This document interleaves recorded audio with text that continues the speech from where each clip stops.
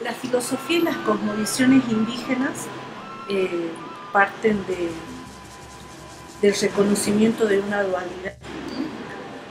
La primera dualidad del ser humano es con la naturaleza, hombre-naturaleza. El hombre necesita la naturaleza y la naturaleza necesita a la humanidad. ¿En qué sentido? En que somos parte de un todo, ¿no? La segunda dualidad del hombre tiene que ver con las energías que nos rodean, con su par, hombre-mujer. Es decir, que toda la filosofía de los pueblos indígenas se basa en el reconocimiento del otro, de la necesidad de la otra energía. La interculturalidad hace a la esencia de la filosofía de los pueblos indígenas.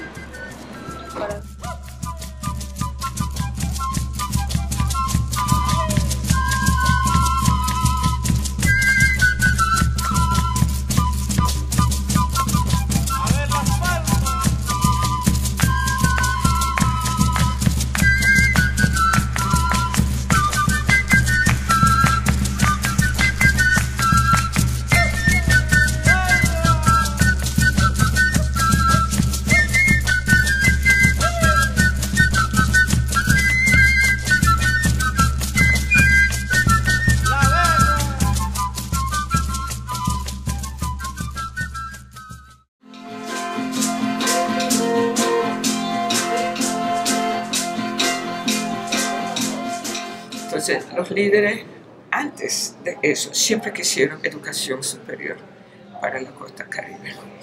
Un sueño que hicieron de todo. Mandaron jóvenes a estudiar fuera del país y lo que nunca regresaron.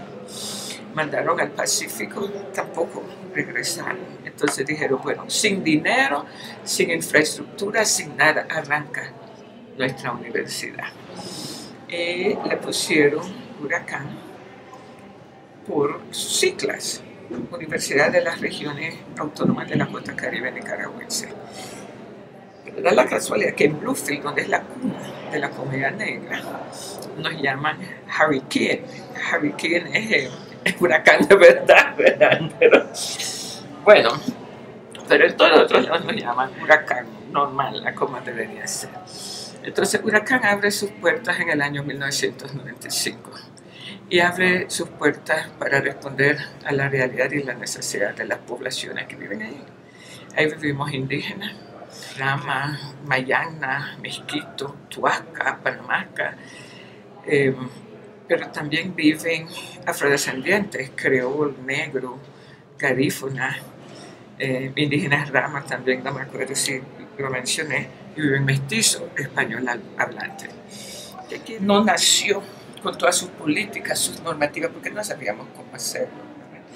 Entonces era a medida que íbamos aprendiendo, preparándonos, formándonos, preparándonos también ideológicamente, formados por los líderes de la región.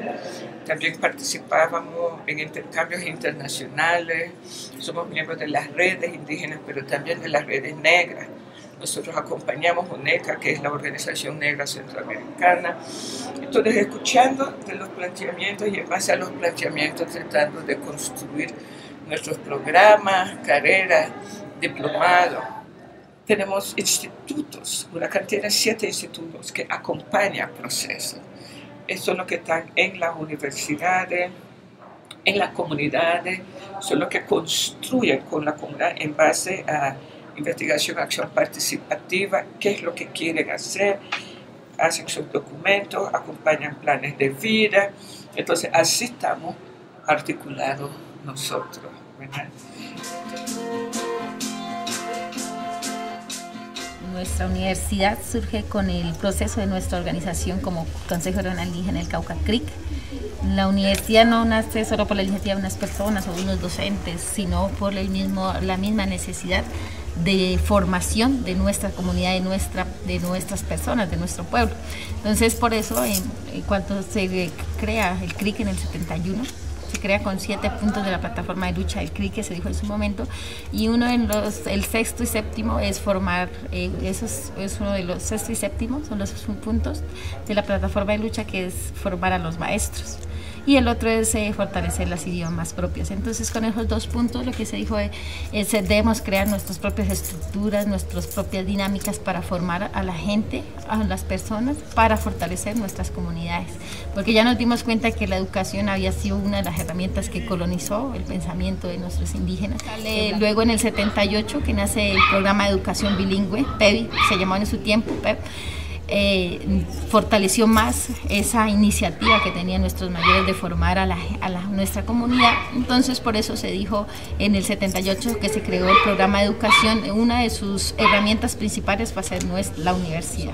En este contexto, ir fortaleciendo entonces primero las semillas, luego los niños mayorcitos, luego entonces formar nuestra propia universidad. Entonces en el 2013 sí ya sale en sí una resolución de un congreso del CRIC, una resolución grande donde dice, bueno, ahora sí vamos a oficializar nuestra universidad. Eso es lo que nos hace diferente, no nos parece a las otras universidades, es que las sedes están en el territorio. Están en los 9 territorios y en los 10 pueblos indígenas que existen en el Cauca. Y que estos tejidos de estos programas no nacen de acá, de 4 personas, sino que estos tejidos nacen con la misma necesidad y las dinámicas que las comunidades vienen viviendo en los territorios. Entonces, más o menos por el 89, aquí en el Ecuador, el Estado ecuatoriano reconoce al sistema de educación intercultural bilingüe. Y entonces, siempre para nosotros nos hacía falta institucionalizar un espacio para la educación superior. Y entonces la CONAIE lo que hace es desarrollar, digamos, trabajar un proyecto para tratar de que obviamente se tenga un reconocimiento de parte del Estado y tengamos una universidad. Y bueno, para el año 2000, antes del 2000, hacemos una serie de reuniones, de talleres, para validar con los dirigentes de las organizaciones indígenas, y nos hacen notar de que no valdría la pena obtener una aprobación, una legalización de una universidad una universidad de corte occidental. Y entonces a nosotros nos dan una alerta, nos alertan y nos dicen muy bien que debemos prácticamente retomar el trabajo y desarrollar una propuesta más propia. Primero era un diálogo entre nosotros, entre las 14 nacionalidades, las 14 filosofías. Allí hay una interculturalidad interna, podríamos decir, dentro de los pueblos originarios. Pero también el diálogo era con el otro, con los otros, podríamos decir un poco más alejado de nuestras realidades, que es Occidente. La cultura occidental, el paradigma civilizatorio occidental, que además son los que dirigen el Estado-Nación. Entonces la idea era establecer, esa es más o menos en el fondo, digamos, la connotación de la interculturalidad que nosotros manejábamos y que manejamos hasta ahora. Es decir, establecer un diálogo interepistémico, un diálogo intercivilizatorio, podríamos decir de saberes diferentes, ¿no es cierto? Siempre estábamos muy claros de que habría que desarrollar, por ejemplo, bases filosóficas de las 14 nacionalidades. Y apenas empezamos con uno, con lo que sería la nación quichua, la nacionalidad quichua. El libro verde que nosotros tenemos y que trabajamos para que sea como una base filosófica y pedagógica de la universidad, realmente es pensado más en los pueblos de la nacionalidad quichua. Y recién estamos empezando a trabajar, podríamos decir, las bases filosóficas de la nación o la nacionalidad shuar, por ejemplo, ¿no? Que difiere totalmente de lo que seríamos nosotros los quichuas.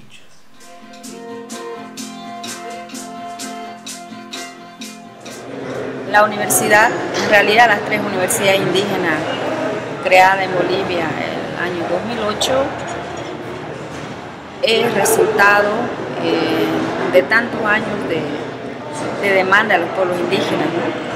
entonces con la marcha indígena de los años 90 por el territorio y la dignidad es cuando dicen, la marcha indígena de todo el oriente, Amazonía, el Chaco boliviano, es cuando empieza a descubrirse, el Estado boliviano descubre que había habido otra, bastantes culturas indígenas en Bolivia, ¿no? Entonces desde entonces que se empieza a demandar, por ejemplo, primero se demanda, por ejemplo, que haya educación intercultural bilingüe para las tierras bajas. Por eso es que, por ejemplo, como antecedente a la Universidad Indígena principalmente la guaraní, se tiene la implementación de la educación intercultural bilingüe en la región guaraní, puesto que con esa experiencia educativa se ha iniciado en nuestra región. Así que mediante decreto supremo 29664 es que el 2 de agosto de 2008 se crean las 3 universidades indígenas en Bolivia, una que está ubicada en el altiplano, que es la Universidad Indígena Boliviana Tupac Katari, y la otra que está en el valle, que es la Universidad Indígena Casimiro Huanca, y la nuestra que está, en el Chaco boliviano, en el territorio guaraní, pero que acoge a los jóvenes de diferentes naciones indígenas. Actualmente tenemos como 632 jóvenes de diferentes pueblos indígenas. Además también tenemos jóvenes que vienen de tierras altas.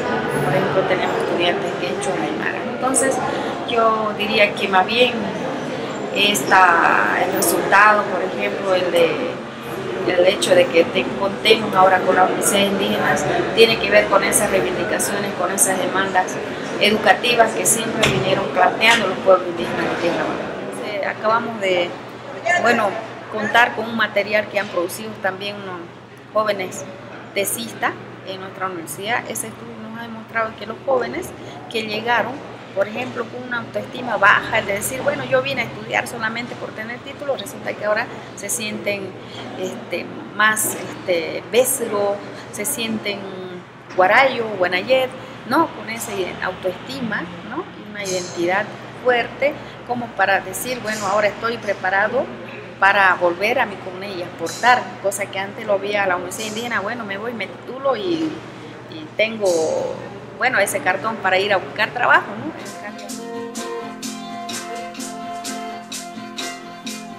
Si uno que otro hermano podía acceder a la educación superior, llegaba a una universidad que totalmente cambiaba su identidad, desvalorizaba su colectividad, y que en ese sentido era inoportuno que un hermano de una comunidad se forme, y ponía en evidencia que la falta de profesionales indígenas en nuestros territorios tenía que ver con esa falta de acceso y esa falta de adecuación cultural de la educación superior. Así surge que en el año 2007, en la Asamblea de Comunidades, las comunidades exigen que se cree una carrera para los pueblos indígenas. Nace lo que nosotros llamamos la Tecnicatura Superior en Desarrollo Indígena, que es la primera oferta académica que creamos en la institución, que le da origen a la gestión educativa de nuestra organización. Esta tecnicatura ya graduó 250 hombres y mujeres de las comunidades como los primeros profesionales indígenas, y es tan eficiente el funcionamiento que le da surgimiento al Instituto de Educación Superior Intercultural Campín Tahuasu Gloria Pérez. Para nuestra realidad local es muy revolucionario que una organización indígena tenga una institución académica de superior, porque todavía se concibe a los pueblos indígenas como esos sectores de la sociedad vulnerables económica y socialmente. La clase política nos ve como los sectores que hay que ayudar a acceder a la educación, no nos ven como sujetos colectivos de derechos, de derecho al territorio, del derecho a una visión propia del desarrollo, del derecho a una educación propia. Entonces, gestionar una carrera desde una visión de los pueblos indígenas, desde la autonomía de una organización indígena, es poner sobre la mesa que los derechos colectivos son derechos humanos y que los pueblos indígenas en Argentina somos institucionalidades ancestrales que tenemos derechos a tener una propia visión del mundo, pero que esa visión sea garantizada en los espacios de formación, ¿no? Para nosotros la interculturalidad es reconocer que hay un otro, que ese otro tiene una visión distinta y que es necesario para la convivencia esa complementariedad con el otro. Entonces, nuestras carreras se basan en ese reconocimiento. Pero como ya lo dicen muchos mayores, no puede haber un diálogo entre desiguales. Entonces lo que nosotros partimos es en reconocer que somos pueblos ancestrales, institucionalidades jurídicas, políticas, pero que también somos pueblos que hemos vivido situación de opresión. Entonces una primera tarea que hacemos en todas las formaciones, en todas las ofertas académicas que tenemos, es la reconstitución de los saberes indígenas, de los sistemas de conocimiento, de la filosofía de nuestros pueblos.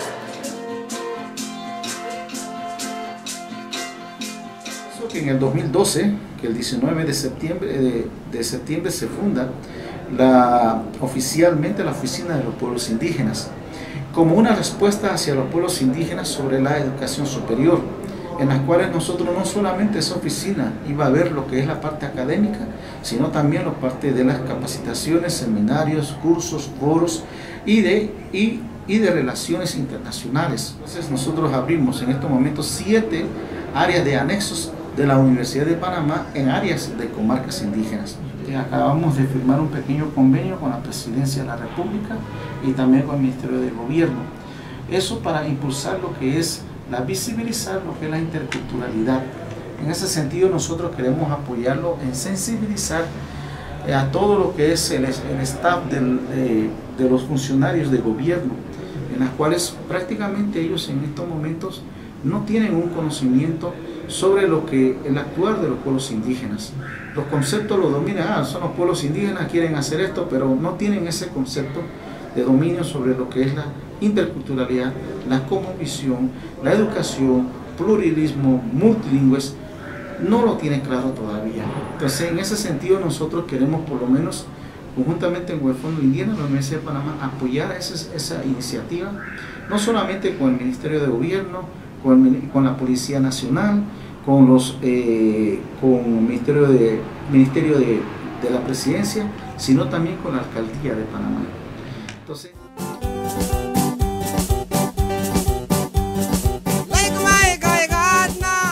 es en el 2002 cuando una cumbre iberoamericana nuevamente exponemos de que queremos tener una universidad indígena, pero con un carácter de interculturalidad, en la cual pudieran todos los profesionales indígenas poner todos sus conocimientos sobre lo que es cómo impartir clases y eso. Es así como en el año 2005 ya más o menos se oficializa por algunos estados, porque el Fondo Indígena, como Fondo Indígena, pertenece a 22 países, en las cuales pertenece tanto, están integrados tanto 12 consejeros de los gobiernos y 12 consejeros de los pueblos indígenas. Entonces son paritarios entre los dos. 12 y 12 son casi 24, en las cuales pertenecen a lo que es el Fondo Indígena. Dentro de esto, entonces, en la Asamblea General, ellos deciden de que tenemos que abrir una universidad indígena intercultural, en las cuales respondan a las necesidades y respondan también a la demanda de los pueblos indígenas de Latinoamérica. Ellos entonces deciden hacer todos los primeros pasos, la parte jurídica, la parte de todos los estatutos, la parte de los reglamentos, para ver cómo pudiéramos integrarnos dentro de lo que es el sistema de las universidades convencionales a nivel de toda Latinoamérica. El movimiento indígena ha crecido tanto en toda América Latina que ha ido integrando sus estrategias de acción y de incidencia. Entonces, en muchos de los países, las organizaciones indígenas están creando su brazo académico y así dan nacimiento a las universidades y a los institutos de educación superior como una respuesta, como una forma de resistencia política, ideológica, como una forma de reivindicación de lo propio para ponerlo al nivel de la otra cultura, para seguir discutiendo que somos pueblos distintos pero iguales en valor, y es parte de la estrategia. Ya entonces a nivel internacional, y además que ya se venía caminando con otras experiencias de Latinoamérica o de la Vía Yala, con experiencias de educación propia desde la educación superior, entonces ya se empezó el relacionamiento desde hace, yo creo que también de los mismos años, 10 años del relacionamiento con otras universidades de Ecuador, Bolivia, México y Nicaragua. Entonces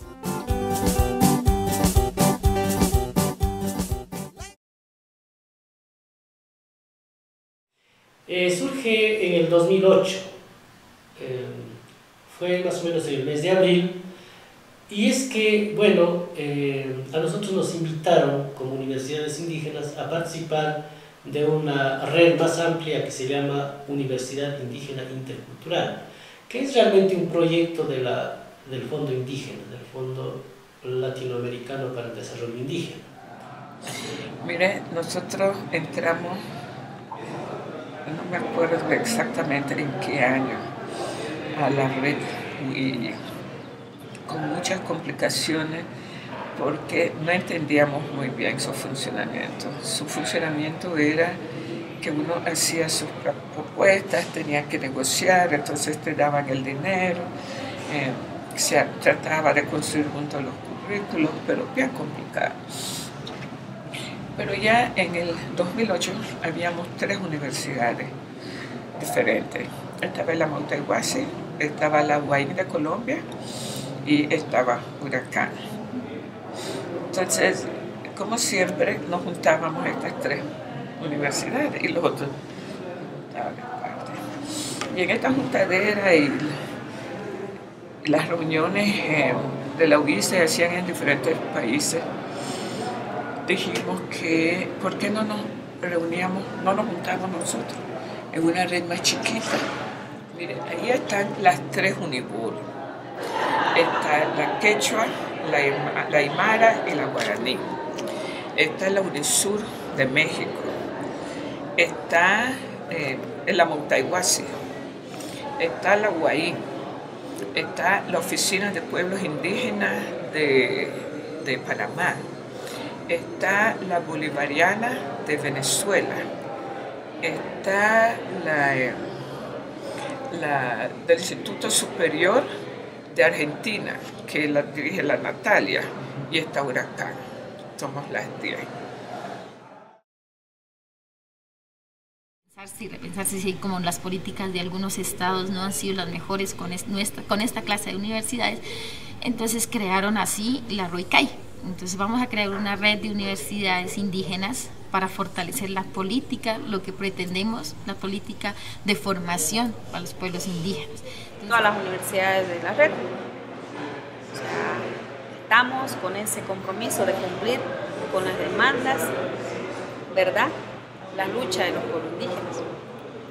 Sin embargo, yo creo que los movimientos sociales que se han vivido en diferentes países también han sido diferentes, ¿no?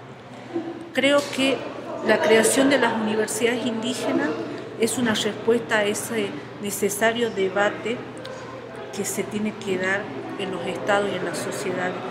La lucha indígena no solo es cultural, no solo es política, no solo es ideológica, también es espiritual. Y se la hace en todos los ámbitos de la vida, en el político, en el académico, en el organizativo, y creo que el surgimiento de las universidades tiene que ver con el crecimiento del movimiento indígena en América Latina, ¿no? El proyecto de universidad es fortalecer los proyectos de vida de los pueblos indígenas. O sea, esto sí lo tenemos claro todas las universidades, que las universidades no salieron solo para titular, para sacar profesionales, así como las otras universidades, sino que nuestra universidad va a certificar personas para el fortalecimiento de los planes de vida o proyectos de vida de los territorios de los pueblos indígenas, para que con el objetivo de permanecer, resistir y pervivir en nuestros pueblos indígenas, dignamente, o como dice Ecuador, el summa causa, el buen vivir comunitario, porque a veces uno dice, pervivir es como a medias, vivimos con lo poco que nos den, no, vivir dignamente como pueblos originarios e indígenas en Colombia y en los diferentes países. Y a nosotros nos interesa el que pudiéramos ir desarrollando también al interior de nuestras actividades una especie de lo que llaman generalmente la descolonialidad, la descolonización. Tenemos que entrar a procesos, por ejemplo, de resignificación. Por decir algo, cambios como para que no sean solamente de palabra, en vez de profesores tenemos facilitadores, en vez de alumnos tenemos estudiantes, en vez de que la universidad sea una casa en 4 paredes, queremos ir a la comunidad, o mejor dicho, hacer que la comunidad sea el aula. Nos estamos posicionando igual, necesitamos que nuestras universidades sean conocidas, no solamente porque existan, sino por su posicionamiento político, por su ideología, por su esencia filosófica, y hacer entender que es posible hacer otro tipo de educación, de construir, y creo que esa es la oportunidad que tenemos como Ruicay y lo estamos haciendo. Y así miro la Ruicay también, como una gran familia, y es por eso que antes de comenzar cualquier reunión, nuestro primer punto es compartir el estado en que está cada una de nuestras universidades. A ver, hermano, ¿cómo estamos? ¿Verdad? Entonces, y el otro, ese es nuestro primer punto, porque si no sabemos qué está pasando, no estamos en condiciones de prevenir o prepararnos para cualquier problema.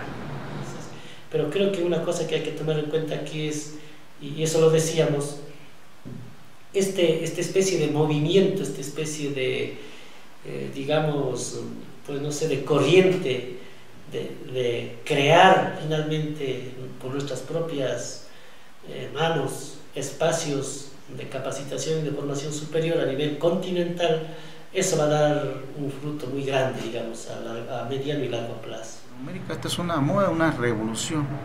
Y otra revolución muy grande es que, y le digo esto, todos los saberes y conocimientos los van a tener que adoptar muchos pueblos. ¿Por qué razón? Porque ahí están los conocimientos ancestrales sobre cómo cuidar el cambio climático, cuidar las plantas, cuidar las medicinas, todo eso, porque todo viene de ahí. Nos reuníamos al principio, claro, reflexionábamos primeramente, ¿no?, sobre nuestra situación educativa, sobre nuestras realidades educativas en cada país, pero sin embargo en algún momento dijimos, ya, tenemos que tener un proyecto común para que exista algo que nos permita estar siempre en contacto, en comunicación, y que nos permita seguir avanzando como red. Entonces, en ese sentido es que empezamos a trabajar desde 2010 también los 2 programas de maestría, que es la docencia e investigación, y por otro lado también el tema de la maestría en cosmovisión para el buen vivir con énfasis en cambio climático y equidad. Entonces son esas 2 maestrías. Estamos ahora ya trabajando un documento que se llama una metodología de investigación propia. Y nosotros ahora estamos llamando de que debe ser un acompañamiento más bien con la colectividad, con la comunidad. Entonces decimos que podría llamarse más o menos como cultivo, crianza, cultivo, desarrollo y cosecha de sabidurías, por ejemplo, ¿no? En donde no hay una sola persona que es el dueño de un conocimiento, de un saber, sino es colectivo, como siempre fue en nuestras comunidades, ¿no? Entonces, para ello, estamos viendo las experiencias que hemos desarrollado en las 3 universidades, especialmente Huracán, Colombia, los del CRIC y nosotros, y entonces los juntamos para establecer como una especie de metodología. Tenemos ahora la maestría en comunicadores y comunicadoras interculturales. Tenemos dinero para 2 cortes, uno que estamos haciendo ahora, al terminar esta, otra, y para preparar a 5 con su doctorado en comunicadores interculturales. Participamos en un concurso a nivel internacional que lo estaba convocando la Universidad de Oslo. Entonces, bueno, de 170 proyectos salimos nosotros favorecidos. Y ahí en realidad están las 3 universidades, digamos nosotros de Ecuador, la UAIN de Colombia, los compañeros de Nicaragua, pero también está involucrada la Universidad de Oslo, por ejemplo, ¿no? Colombia tiene también sus cupos y está haciendo el proceso de la maestría. Tenemos también estudiantes convencidos de ese proceso, gracias al proceso de selección y aval, porque acá no es que se le ocurrió mandar a alguien, sino que se va con un proceso de selección de la comunidad con un aval que le da las autoridades para ir a estudiar, porque cuando él se forme, él tiene la obligación de devolverle a su comunidad su proceso de formación, de compartir con su comunidad, con su territorio, con sus autoridades, como se haya formado y compartirlo con la comunidad. Entonces, y últimamente más bien el Fondo Indígena nos han dicho que nosotros podríamos apoyarles más bien a ellos en ciertos cambios que últimamente se han dado. Entonces ahora se ha hecho un cambio institucional también al interior del Fondo Indígena, hay un consejo académico. Entonces nosotros participamos con delegados, por ejemplo, en ese consejo académico. RUCAI, la red de universidades indígenas intercultural, lo llamamos, y forma parte de ese grupo del consejo académico. Vamos a un encuentro con los consejos nacionales de evaluación y acreditación y los responsables de educación de los países de los cuales es miembro de la RUCAI, para compartir nuestros documentos, para compartir nuestro discurso, para escucharles a ellos y negociar, a ver hacia dónde podemos llegar. Pero necesitamos a un fondo indígena fortalecido, con ideas claras.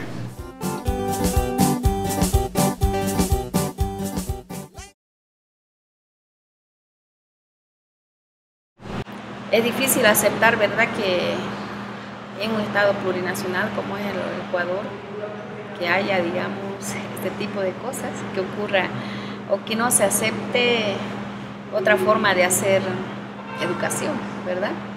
Entonces nosotros creemos que eso es como no valorar, por ejemplo, los aportes que siempre han venido haciendo los pueblos indígenas, porque todos los avances políticos, avances educativos en un país siempre vienen, son aportes de los pueblos indígenas. Por ejemplo, en Bolivia, si es plurinacional, multiculturalidad, es aporte de los pueblos indígenas. Si ahora es educación, es descolonizadora, es de la lucha de los pueblos indígenas, ¿verdad? Entonces todas las políticas públicas siempre han venido apropiándose de las demandas, de los planteamientos, las propuestas de los pueblos indígenas. La universidad fue evaluada con parámetros del Estado, con parámetros convencionales de universidades convencionales, y no tuvo en cuenta la diferencia, ¿no? lo diferencial que era la Mauta Iguazí, y por eso fue cancelado, sus programas no le certificaron, no continuó la universidad, pero porque realmente no se tomó en cuenta la diferencia del proceso de formación que tiene la Mauta Iguazí con sus procesos de formación en sus diferentes programas. Ecuador como Estado viene haciendo un retroceso de su reconocimiento y de su avance en multiculturalidad, en pluriculturalidad, ya hace unos años. Creo que tiene que ver con esas crisis ideológicas que hay en América Latina, del falso progresismo. A nosotros en Argentina nos pasa igual.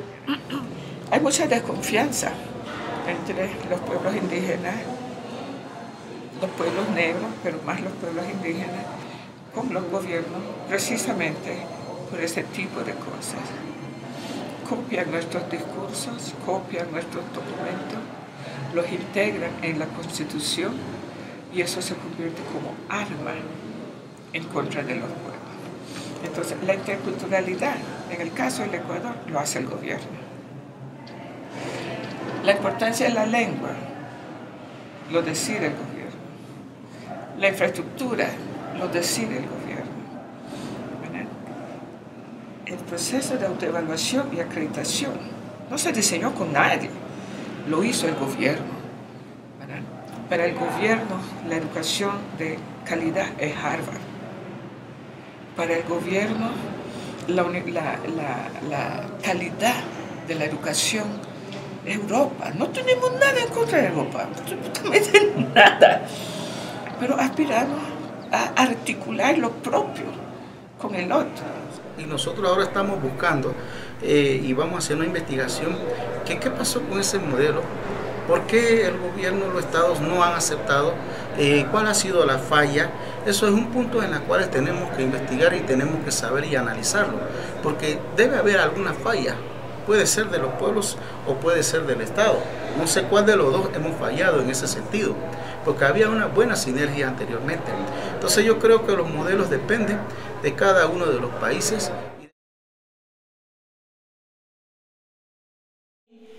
Lo que quiero dejar claro es que la red estuvo muy atenta, ¿no? Envió 2 veedores. La red sabe qué es lo que pasó acá, de que es un asunto eminentemente político. Es un asunto de intolerancia epistémica, ¿no? Aquí en el Ecuador. Acompañamos el proceso y fue lo más nefasto que pudo haber pasado a una de nuestras universidades.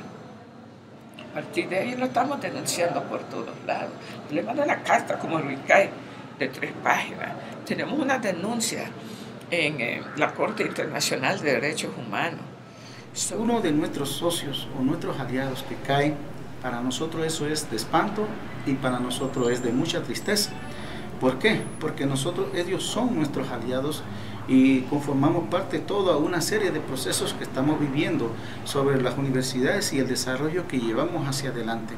Por esa misma razón que nosotros, cuando supimos eso, mandamos una nota diciéndole ahí al gobierno y también a la RUCAI, de apoyándolo de que no cierren la Universidad de Matahuasi, porque ese es nuestro proceso. Entonces nosotros, la Universidad de Panamá, mi persona, nosotros vinimos aquí y fuimos a ver qué es lo que estaba pasando y en todas las reuniones de RUCAI hemos estado comentando todo eso y cómo podemos nosotros apoyarlo directamente como universidad. Que nosotros nos formamos a la sombra de la Matahuasi, inspirado en el proceso de la Matahuasi, respetando y valorizando los esfuerzos de la Matahuasi. Entonces, vimos con mucho pesar, pero también debo decirles que sabíamos que iba a pasar, porque el Estado venía asumiendo un proceso de retroceso. Es nuestro compromiso defender, ¿verdad? Defender esa universidad que recupera, que recoge realmente las esencias, los conocimientos y los saberes del pueblo, de los pueblos indígenas de Ecuador. Porque gracias a Matahuasi es que se ha empezado a conocer, por ejemplo, la forma de hacer educación, la forma de construir, por ejemplo, conocimientos propios, ¿verdad?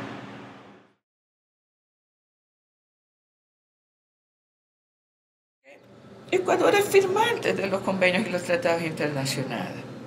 Y ahí dice clarito que los pueblos pueden administrar sus propios procesos. Y el gobierno debe darles dinero para hacerlo. Ah, no, pero no te dan dinero si no haces lo que digo yo. Están con ese afán de interculturalizar, de incluir, ¿no? Cuando en realidad hay que preguntarse quién incluye a quién, ¿verdad? ¿Serán los estados, ¿no? ¿O serán los pueblos indígenas quienes necesitan ser incluidos, ¿no? Entonces, ese creo que es el problema mayor que existe en este momento, ¿no? Bueno, a nivel de muchos países. Nosotros tenemos en el marco de la oficialización de nuestra universidad, en el marco de la jurisdicción propia, de la ley de origen, desde las asambleas, los decretos de nombramiento propio de las comunidades, entonces no la puede venir un gobierno, la cerramos, porque es que ellas no lo crearon, entonces no la pueden venir a cerrar a nadie. Nuestra universidad solo la cerrarán nuestros mayores que dicen, ya no queremos más gente formada, pues ese día la cerrarán las mismas autoridades en asamblea, en congreso, como fue oficializada. Mientras la Matahuasi sí fue oficializada en ese marco del Estado del sistema educativo público universitario superior, de educación superior. Por eso, entonces, claro, si nuestra universidad en esa misma forma la evalúan, claro, porque si en ese mismo la oficializan, con ese mismo sistema, pues con ese mismo te evalúan. El pedido de oficialización de nuestras universidades es la típica acción de los pueblos indígenas para mostrar que a pesar de haber sido oprimidos, tenemos voluntad de diálogo y concertación. Creo que la oficialización de las universidades es un beneficio para la sociedad y los estados, no solo para los pueblos indígenas. Entonces creo que tienen que dejar de vernos como esos actores que nos sometemos a la estructura del Estado y nos tienen que ver como esos sujetos colectivos que en esa respuesta y en ese respeto a nuestra identidad nosotros seguimos teniendo voluntad de diálogo y de concertación. No lo hacemos en respeto al Estado, esos diálogos, lo hacemos en esencia de nuestra cosmovisión y de nuestra identidad. Realmente nosotros no quisiéramos recuperar la legalidad que teníamos, porque es una legalidad totalmente absurda. Decir, sigan siendo como universidad, pero no les vamos a dar un solo centavo partido por la mitad. Esa no queremos recuperar. Si nosotros queremos recuperar, vamos a recuperar un espacio, inclusive que no se llame universidad, que se llame pluriversidad, y que tengamos derecho a acceso a los recursos económicos, porque tenemos derechos establecidos en la Constitución, aunque lo elimine la Constitución, pero bueno, tenemos esos derechos incluso en el plano de los convenios internacionales. Entonces nosotros tenemos que seguir peleando para tener un espacio de educación superior diferente, más específico, más pertinente y relevante para los objetivos de nuestros pueblos. Creo que las universidades indígenas y los institutos surgen y existen porque sus organizaciones, sus pueblos le dieron surgimiento. Creo que la razón de ser de las universidades indígenas van a dejar de existir cuando el pueblo decida que deje de existir. Y creo que ahí está nuestra existencia y nuestra esencia.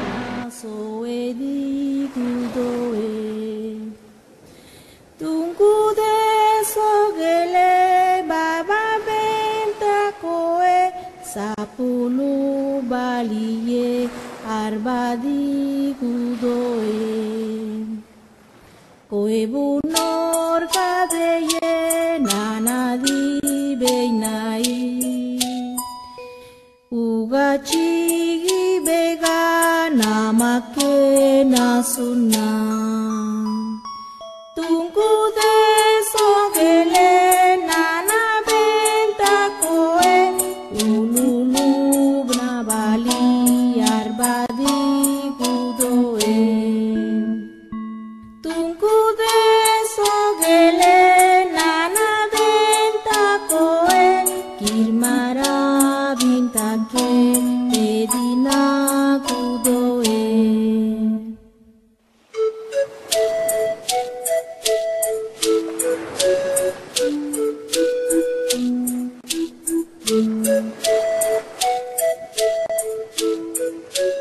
Thank you.